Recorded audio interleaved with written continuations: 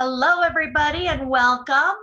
We are here to tell you about massive team building. The trainers today will be myself, Marni Hernandez, two-star triple platinum, and my partner here, Justin Whitehair. He is a one-star double platinum. So let's get started. Justin, take over. Awesome. Thank you, Marni.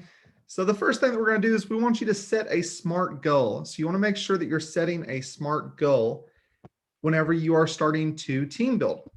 What is your why? Why are you wanting to do this? Why are you wanting to invest in team building and getting started with this? What tools are needed?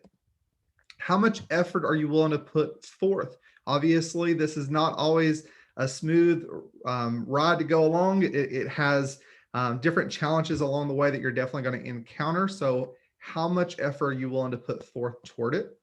You want to create and implement a plan to accomplish these goals. And obviously, don't get discouraged when encountering challenges and obstacles along the way. So with these SMART goals, you want to make sure that they're specific, measurable, achievable, realistic, and timely. These are anytime that you are actually creating a goal for yourself in life, you want to make sure that you are using this technique and this process when setting those goals. Wonderful. And then what you're going to do is set action steps prior to team building. Okay. So your first step is to clean up your online presence.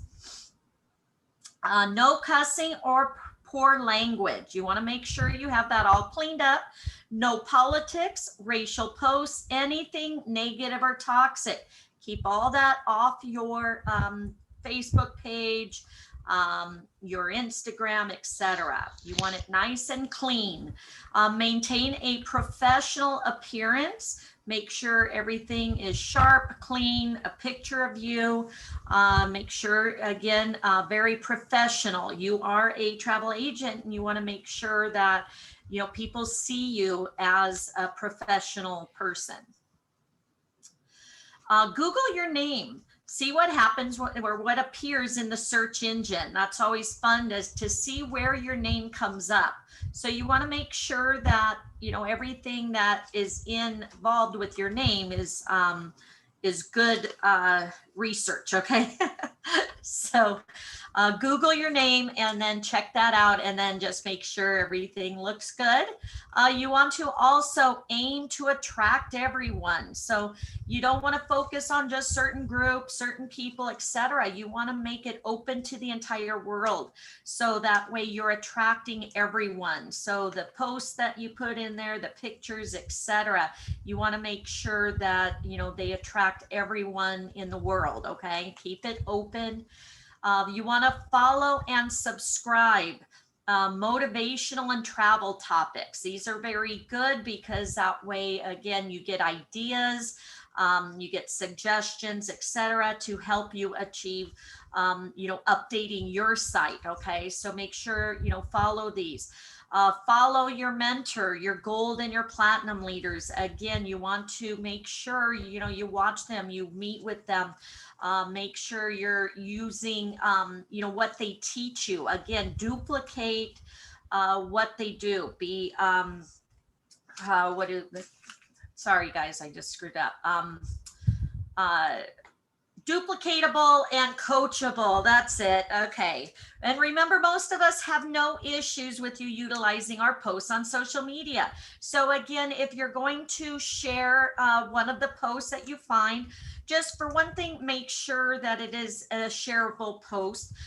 If it looks like a personal post, you may want to check with that leader, that sponsor, that agent, etc. Ask them first if it's okay to go ahead and use it. Most of us are open to sharing because, again, we want to help everybody. Just remember, make sure, if it does look personal, go ahead and ask for permission. Okay. Thank you. So next one is where to find agents. This is always a question I get asked by everybody that is wanting to jump into team building is where can I find agents? Where can I get people that's interested in becoming a travel agent? There's a few different places that I always recommend. One is obviously social media. Another one is your job boards. And then of course, community events and community interaction, just getting out there in the community and your local network. Now, there is pros and cons to each one. So some of the pros to your social media is it's inexpensive. It's fairly inexpensive to get on a social media. It's easy to set up, navigate, and you're able to reach many demographics. You can actually go in there, you can set what location you're looking for, interest that people are looking for, so forth. So it's really nice for that. Some of the cons, though, is applicants aren't actively looking for a job. Many people on social media are using social media for personal. They're not actively looking for a job. So that can be a little bit challenging. And you can also eventually get blocked from posting jobs. After so many get reported, social medias will come down and kind of block you from posting jobs because of that. For the job boards, obviously you get tons of applicants. These are people that are actually actively looking for a job or looking to start a new career. It's only seen by people searching for that similar career as well. So you're really going to be locating people and reaching people that are really interested in what you have to offer. One of the cons to that, though, is obviously it can be expensive. You must have your own website or an email address tied to that website. As an example, I know with like Indeed, you're not going to get approved on Indeed if you have a Gmail or a Yahoo email, because in Indeed's mind, you're not a realistic job. If you don't have your dedicated domain with an email address, you're not going to be a realistic job in Indeed's mind. This is also easily reported and removed. So let's say that you invite people to the presentation, learn about the opportunity. Maybe they don't agree with you. Unfortunately, they can go back and report you after so many times of your jobs getting reported. That's whenever you'll actually get kicked off of job boards like that. Then you have your community events. Obviously, you have community interaction, network opportunities. This is a higher trust level. Keep in mind, just like whenever you're doing business on your own, you're much more likely to trust somebody that you're dealing with face to face than ordering something online from a different country that you maybe don't know who that person is, don't know who that business is. So there is a higher level of trust whenever you're working on team building, interacting with people face to face. Some of the cons, though, they're not actively looking for a job. This may be at the farmer's market. This could be your business after hours, your chamber after hours, just anything in your local community. They're not necessarily actively looking for a job. They're just kind of networking with other people as well, or enjoying what the community has to offer. This can be a possible competitive market. It involves people that you already know. And so those are some of the cons with that. Now I'm going to share with you helpful tips for job postings. So when posting on social media, guys, less is more, okay? Do not go into a ton of information. You just want to make it concise, make it, viewable. And again, less is more. That brings in a lot more attraction, okay? Only post in groups that allow MLM posts, okay? A lot of them you'll get kicked out of, so you want to make sure you go into the Facebook groups and only ones that allow MLM posts. Do not use a copyright photo. Use a photo from a past personal trip as an example, okay? And then just put your information. Contact me today for a cruise. Contact me for a trip to Disneyland, and then use your personal picture of Disney. So when posting on job boards, use your own email address. Must be tied to a business website. Gmail and Yahoo emails will automatically be declined. So that's one key factor here to pay attention to. Also, provide detailed job description, including an overview of the opportunity and requirements. Okay, and be specific. When recruiting at community events, network with as many individuals as possible. Okay, so like farmers markets, at the conventions, etc. Have marketing material ready. Okay, brochures, flyers, QR codes. Again, you can order those online through your vendors for free. So make sure you get a lot of those marketing materials and use them. put your labels on and, take them out to these events. Engage, as you said, in job fairs when possible, farmers markets, hospitality associations, etc. Okay. Again, everybody travels. You want to get it out there that you are a travel agent and how to work the business. Okay. Replace work from home with work remotely. Okay. Because that way it could be you work in an office, but right now you're working remotely for us. Okay. And then use a program like Calendly. I always say that wrong. Sorry. To help with scheduling applicants to attend a presentation. This is a great format to use to help send out reminders, follow-ups, etc. So definitely use a program like Calendly, and we can help you with that. Okay. All right, so getting started. Obviously, do not go into details prior to the presentation. The ultimate goal from the presentation is to help provide more details about the opportunity and to cover all the information so that people can make an informed decision. You want to invite people to the presentation, don't go into the presentation. So less is more on that part. You want to also attend various presentations to get a feel for each presenter. All these presenters that are doing presentations are volunteering their time to try to help you out and to try to help build the team. So get a feel for each person. Maybe your personality meshes really well with one of the presenters, and that's probably a person that you're going to use more regularly whenever you're scheduling people to attend the presentation. So just attend each one, always get a good feel for them. Send prospects a few upcoming days and times for the presentations.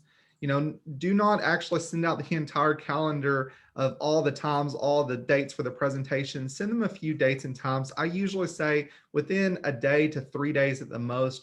You really want to get somebody to schedule whenever they're really interested in the opportunity and they've reached out to you. Once they confirm a date and time, send them the Zoom ID and the passcode. Send out reminder texts and emails to ensure their attendance. Again, this is something that Calendly, a program like that or a tool like that, can definitely help out on. If you're dealing with a smaller amount of people that you're inviting, it's not too bad sending them out yourself. But especially once you start really team building and doing that massive team building, it becomes a real challenge trying to keep up with that. So that's where a tool such as Calendly definitely comes in handy. And there is other tools out there such as that. Show up to the presentation. I think this is an issue a lot of people have, is that we invite people to a presentation, someone else is the host of it, and they're covering the material, and you don't think about the impact of you actually showing up to the presentation. But keep in mind, when you invite somebody to a presentation, they have never actually been to the presentation. They don't know what to expect. They don't know what's going on. And when they get invited and they see somebody else presenting, as an example, if I invite somebody and Marni's the host and I'm not on there, that they're probably searching for me like, what's going on? Where's Justin? It's nice to actually see the person that invited you on the presentation as well. Follow up with prospects directly after the presentation. I know not everybody does this full time. I get that. Everybody does this. Some people may do this part time. Some people do it full time.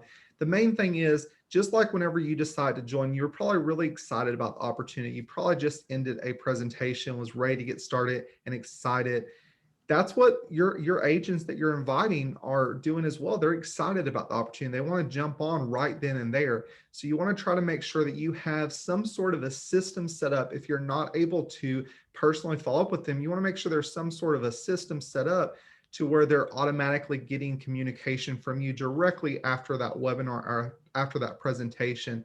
Obviously, that's when they're the most excited. If they don't hear back from you, human nature is to go on and try to start researching yourself, and that's what they're going to do. So you want to make sure that you're jumping on and respond to them as soon as possible.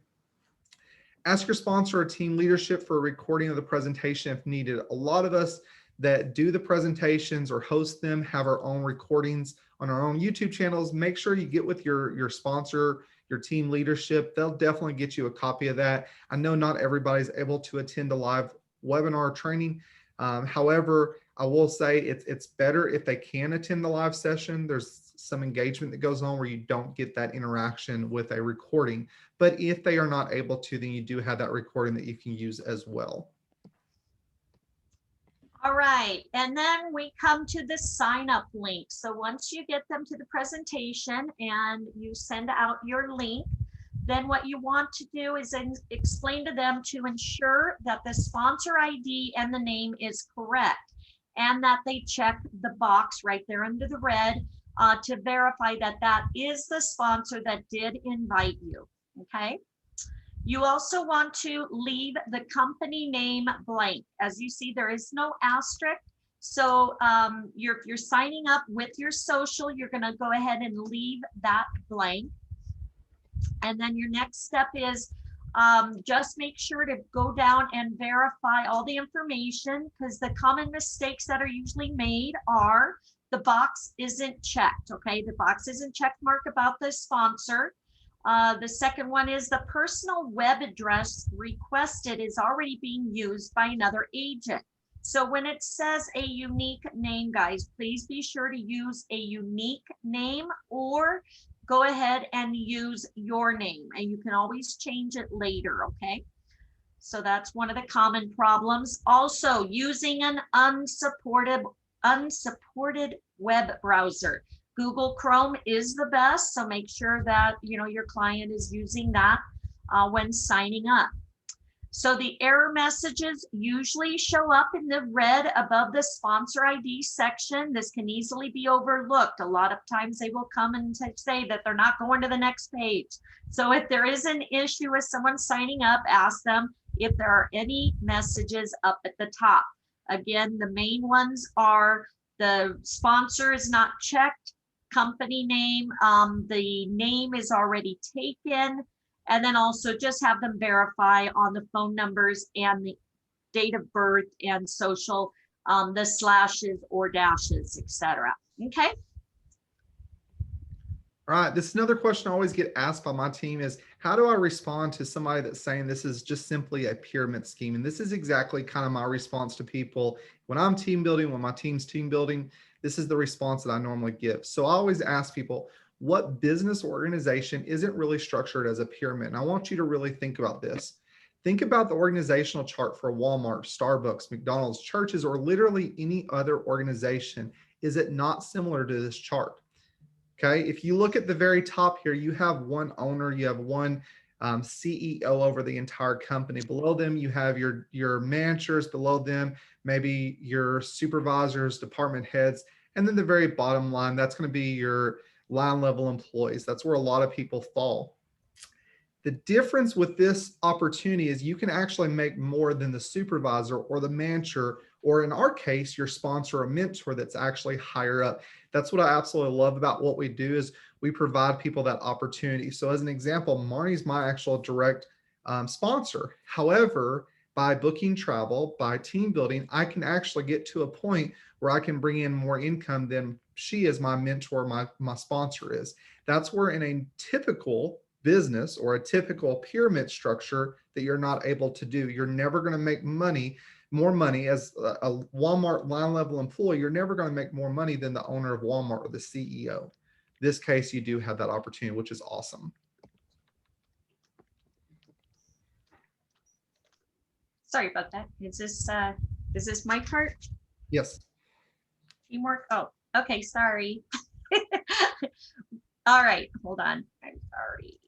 When you first started, you probably remember how overwhelming it was at first, but look at what you've accomplished since joining. Keep this in mind when you're coaching and helping to facilitate the learning process for your teams members. Remember, as a team builder, the agents you bring on are looking up towards you for guidance and leadership. Teamwork makes the dream work. Always strive to become the best mentor possible for your team, helping to support and lead them to success. We are only as strong as our team when we work together. So as you see, teamwork. T stands for together, E, everyone, A, achieves, and M is for more. So again, teamwork makes the dream work, guys. All right. All right, so common questions. If you can put in the chat box for me, how many levels of platinum currently exist? How many levels of platinum? So we've got 8. Awesome. That is correct. Thank you. Next question. Can you get your monthly fee covered at the rank of executive?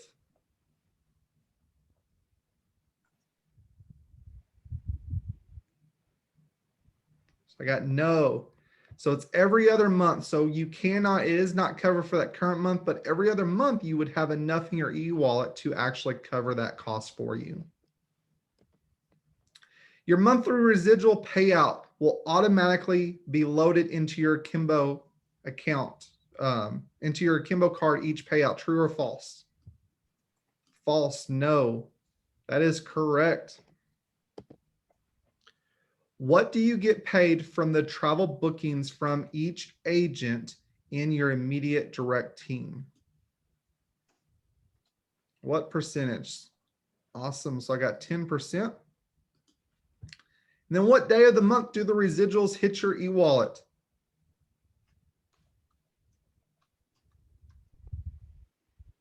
All right, Friday after the 15th.